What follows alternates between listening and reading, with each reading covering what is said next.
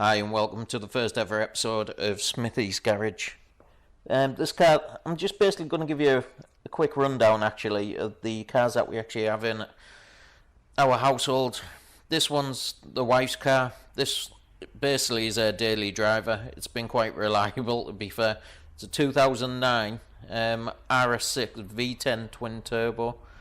Now this car come out round about the time that the M5 come out, the V10. That was packing 500 horsepower, naturally aspirated. Gorgeous sounding car. The handling on the M5 was a little bit more precise on it. You could point the car basically wherever you wanted.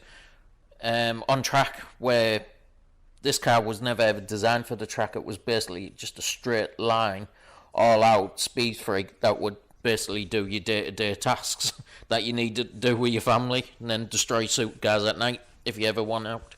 Obviously on track, it has a point where there's tons of grip, and then obviously the nose slips away slightly on it, because obviously all that weight over the front axle. Obviously the car's run 1,000 at this moment in time, so it'll be brilliant if we can get it on the runways and give it a blast out and just show you the difference between the cars. And obviously the new ones are running 600 and these ones are running 571, and it doesn't beat them by much, couple of car lengths, but if these cars are running 600 horsepower, they'd be near enough on par with them. The new C8, that's running the torque converter, the exact same technology as the C6s, because of the dual clutch on the C7. Obviously it's a 2-ton car, you can rip clutches and diffs left, right and centre as soon as you start upping the power levels on them. Yeah, with the torque converter, like I said, it's fluid based, so it takes a lot of stress off the car when you hard launch them. Obviously got to build up the pressure inside the torque converter before the car actually shifts, so you're taking that brute force, because like I said, these cars are stupid horsepower for what they are. And like I said, you trying to move 2 ton off the line, you're going to go through gearboxes and diffs left, right and centre. The torque converter basically eliminates that. That's why a lot of American drag racers still use them and use the power glides with them and all. So it is an old technology, but it works and it's proven. This car here, the RS6 that we've got, is on an automatic gearbox. It's like a Triptronic. You can still do it off the column. The gear shifts are quite precise. As soon as you get the gearbox remaps, they're just as good as any new one that's actually out there. The technology hasn't moved massively, but if you hear other car channels, they'll always bang on about progress and what have you. The only progress that Audi's done so far is changed the interior cockpits to dual screen, mostly digital, LCD, where these have still got the analog clocks in, part digital and LCD. But the thing is, it's quite contemporary, the car. You've still got all the aluminium switches and knobs, and so in my mind, it's got a better quality to it. One of my mates has got one of the C8s, and basically that itself, anytime you touch the glass screens, you can see the fingerprints on it. So as soon as you get in the car, as soon as the sun hits it, you can see it straight away. So it looks a bit nasty, so most of the time you see him with a cloth in his hand and wiping them down. Where this, you can touch your knob and the switch and it leaves no visible mark that you can see. But yeah, so we're going to do a little bit with this car over time. At the minute, it's got an exhaust system on it, because reporters back in the day always whinged about them being too quiet compared to the high revving M5. Obviously that squeals like a banshee and it's awesome, gorgeous sound. Where this, they tried to dull it down. It was more of a wolves in sheep clothing to take on other cars. Unless you knew what it was, you're quite shocked if you ever tried to race one off the lights. It was quieting down, so unless you knew what you were looking for, you didn't actually know what the car was. Where obviously the M5, the sound system on that was absolutely phenomenal. You knew what it was as soon as it come down the road. Completely different sound. But we're going to change that over time. It's got a system on it at the minute and it's nice sounding, but we're going to do a little bit in the next episode of opening up from the headers. So I'll do a little bit more and a couple of more videos on that, and then we'll go down that route. We're going to do a couple of high-speed runs with VMAX, obviously with these wheels and tyres on, and I'll do a little bit more over time about the tyres that we actually have on here, and we'll see if they'll last at over 200 mile an hour, if we can get a VMAX. So that is the goal with this car, so hopefully we'll get it there and over the 200 mark, and I think I'm going to call it a day with this car, because like I said, it's a big car. She's getting a little bit older now, and putting this much strain on it is just going to absolutely destroy it. It's quite hard to get parts for them now. So like I said, a little bit more with this one over time, then we'll have some fun, and obviously a couple of years out at the meets. Right, as we're walking over to the Trans Am that we have here, we haven't really done too much with it. This car here is actually a 13,000 mile car, 21,000 kilometers. But I'll go over it over time. Some people will say I've destroyed it with a wheel, putting the wheels on, then other people say it suits it times. But like I said, it's our car.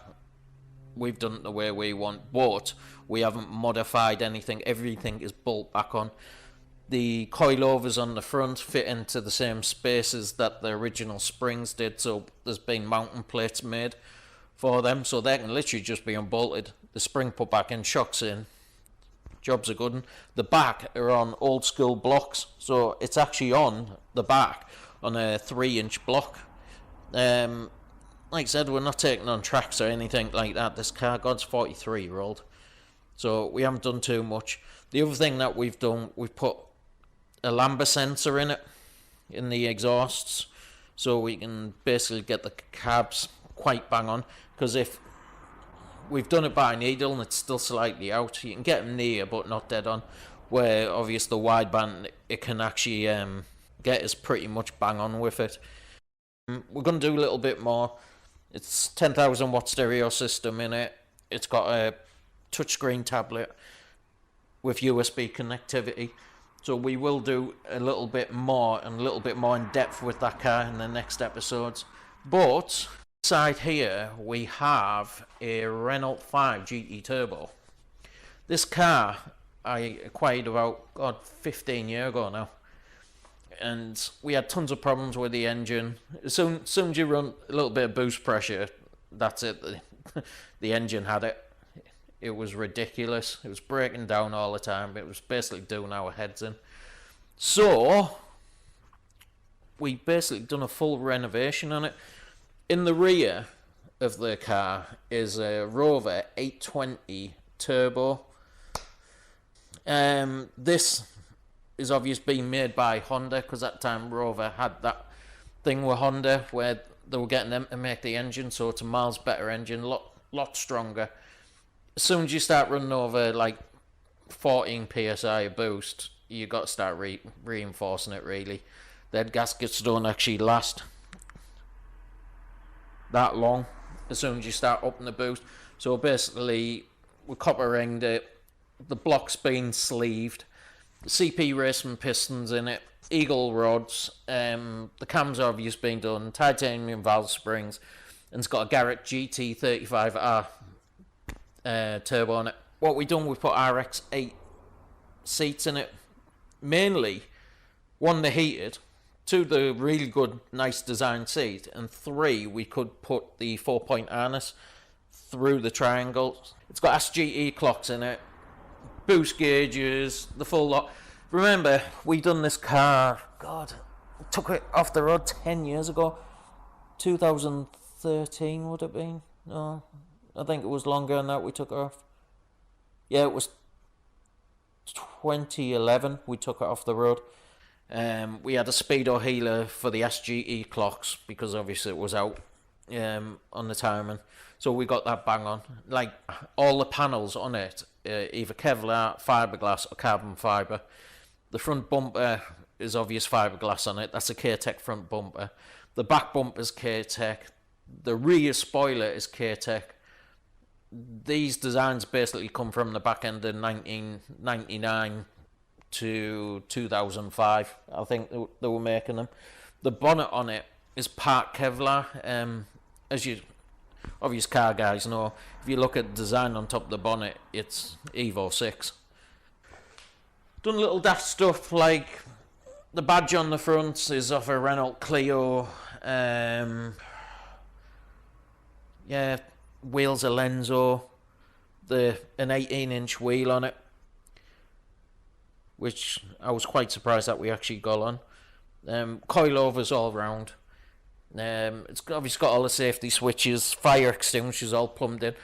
It has got nitrous, and we only ever used it once when we were dynoing it, but we couldn't keep the car down on the rollers. It was a nightmare doing it with the power that it's got now.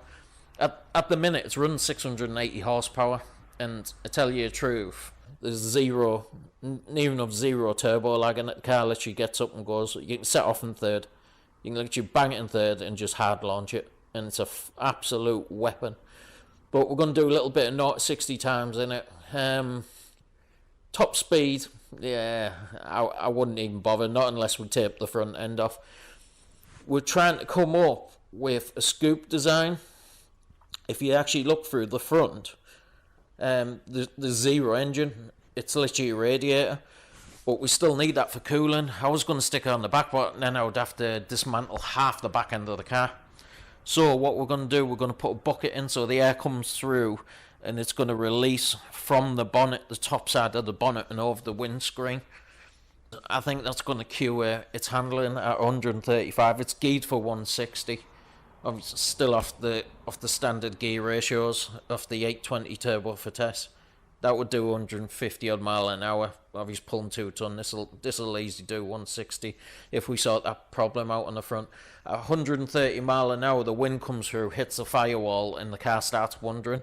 We cut a little bit out on the inner arches at the back to release the pressure, and it got better. We gained about an extra 5 mile an hour with it. But like I said, we're going to do a little bit more with that over the time. But if you like to see our videos and like to see us carry on doing what we're doing, please click subscribe, hit that bell icon, and I'll keep uploading, and I'll give you as much as I can. If you want to ask about anything, or you want videos of certain areas or what we're doing, just like I said, put it in the comments, and I'll try my best. Hopefully keep the channel going. Anyway, I'll catch you next episode.